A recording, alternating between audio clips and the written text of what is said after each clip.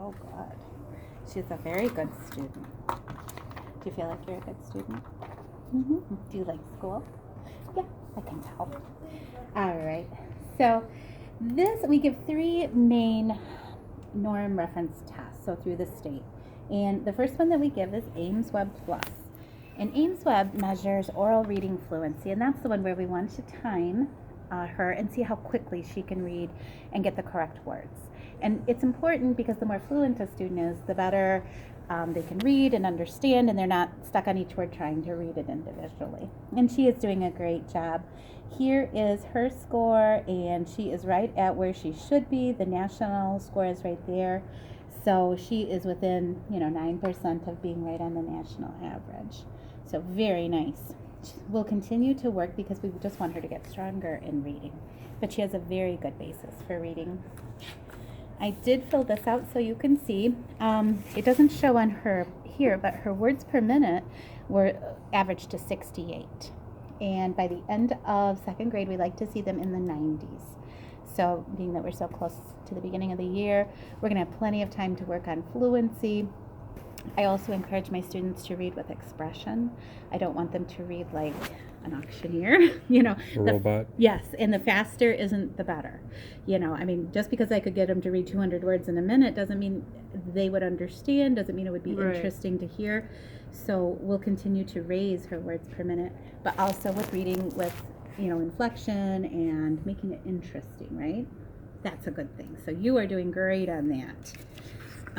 This is the next test. We do STAR Reading and STAR Math, which she probably did in 1st grade. Did you remember those? So she in STAR Math is working at a 2.7, a grade equivalent of 2.7. So that means later half of 2nd grade. She's doing excellent in math. She's a good reader and a good math person. So 2.7. Mr. D wanted to explain to families about our new math program. We worked for about a year and a half looking at different math programs and what would help our students. This year we switched to Eureka, and it's kind of like learning a new language. Eureka does things a lot differently, don't they?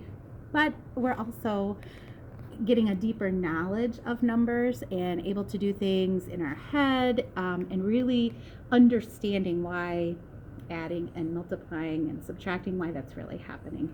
So to me, it feels like a new language. I'm learning right along with the kids, and we practice it, and so our math papers look a lot different. The way we add and subtract looks a lot different, but it's getting us ready for bigger numbers. Okay, so that's a good description. When we take the STAR test, this is on basic math skills. Back to that, Sure. What's the reason switching to that?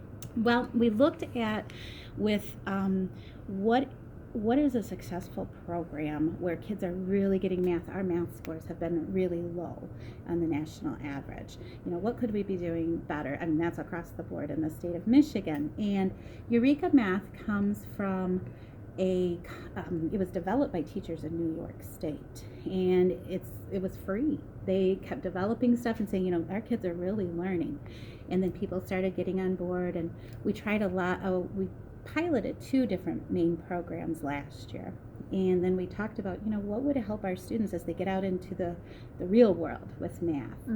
And this is shown that it will help kids understand. Where I learned that 6 times 8 is 48, it took me forever to figure out the breakdown. Yeah, like why does that? Yeah. I memorized it, but this really helps kids use it in real world applications.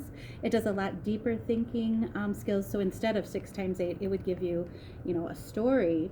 How did you get this? Yeah, and it encourages writing. It encourages reasoning. Why did you use that? It also gives lots of different strategies. We've just started working on tape diagrams and drawing out the problem. And then it's like, which one do you like best? What works for that problem best? Can you explain it to me?